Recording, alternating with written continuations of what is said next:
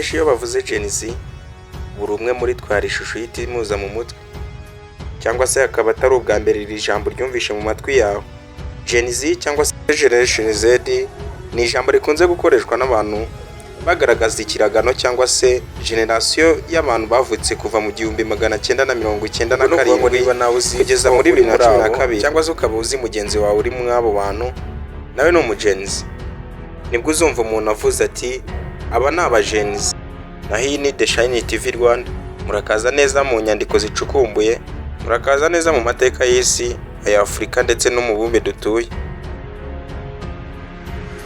Ubundi abahanga mu by'inyandiko bagiye bagerageza kugaragaza uko generasiyo cyangwa se ibiragano byagiye bikurikirana kuva mu myaka ya kera. Ni ukuvuga muri make hari ibiragano bigera kuri 5. Icya mbere ni baby boomer, aba bavutse mu mwaka w'1946 bakaba bageza mu 1964. Ni ukuvuga ngo abari muri iyo myaka bari mu kiragano cyiswe ni baby boomers. Uko wabyumvishe neza, aba bavutse mu byago by'uko isi yari imaze kugirwaho ingaruka zikomeye n'intambara ya kabiri y'isi. Twikomereje ku kiragano cya kabiri, hari abitwa Generation X, aba bavutse mu mwaka w'1965 harimo kugeza mu 1980. Nk'uko wabyumvishe, ahangaha ikoranabuhanga ryari ritaratera imbere, ariko ryari rikigerageza gutera imbere haba muri Afurika ndetse n'i Burayi hose. Dukomeje ku kiragano gikurikira cyangwa se generation ikurikira, n'abitwa millennials. Ni millennials cyangwa se bakabita Generation Y. Aba barimwe abantu bose bavutse kuva mu mwaka w'1981 kugeza mu mwaka w'1996. Nk'uko wabyumvishe neza, ahangaha ikoranabuhanga ryari riri gutera imbere.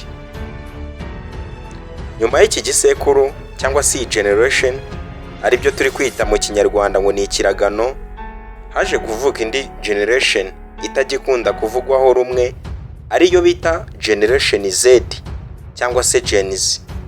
Ni ukuvuga ngo iyi Generation Z irimo abantu bose bavutse kuva mu mwaka w'1997 kugeza mu 2012.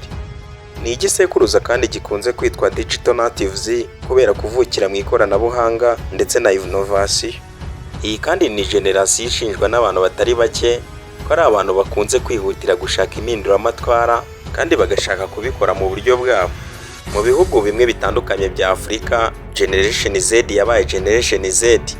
Ni henshi bakuyeho ubutegetsi ndetse ni henshi habaye imyigaragambyo. Aba ba Gen Z bakunze kwinubira ko imiyoborere ya Afurika ndetse n'abayiyoboye babaheza hasi. Kuri bo impinduramatwara zabaho nuko abashaje, mbese abo mu biragano twavuze hejuru, harimo nka Generation X inafite abayobozi benshi bayoboye Afurika, ko barekura ubuyobozi, mbese Gen Z nayo ikibona iri kuyobora Afurika nk'amaraso mashya. Nubwo twibanze kuri Gen Z, ariko ntabwo aricyo kiragano cya nyuma. Hari ikindi kiragano cyangwa se generation yitwa Generation Alpha. Aba nibo twakita nk'abana ku iki gihe. Generation Alpha igizwe n'abantu bavutse kuva mu mwaka w'2010 kugeza ubu ngubu. Nubwo izi generation zose tuzivuze, Gen Z cyangwa se Generation Z ni ikunze kuvugwa cyane.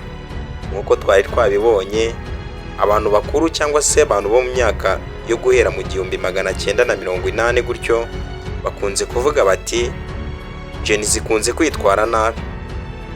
Cyaze wakegera urubyiruko narwo cyangwa se aba Gen Z bakakubwira ko ari bwo buryo babona ko Afurika yakayobowe. Bamwe baguha ingero z'ukuntu abayobozi bayoboye Afurika cyangwa se abakuru b'ibihugu bya Afurika nta n'umwe uri mu icyo kiragano. N'uwabigerageje ni uwitwa Captain Ibrahim Traoré, yakaba perezida wa Burkina Faso. Ubanza ari nayo mpamvu yamenyekanye cyane muri Afurika nk'igiti cy'umuravumba. Generation X ari nayo ifite umubare w'abantu bayoboye muri Afurika, bakunze kwidefanda bavuga bati Afurika tugomba kuyiyobora kuko ni twebwe twahuye na experience nyinshi, twabonye intambara ya kabiri y'isi, bivuze ngo ni byinshi twaciyemo, bityo rero dufite experience mu kuyobora. Icyo ngicyo bakacyitwaza, bigatuma urubyiruko cyangwa se aba Gen Z babona ko bakomeje gushyirwa hasi ngo bayoboke. Inshuti bakunzi ba The Shine TV Rwanda, mwari kumwe na Shine, ni naha dusoreje icyegeranyo cyacu. Ciao ciao.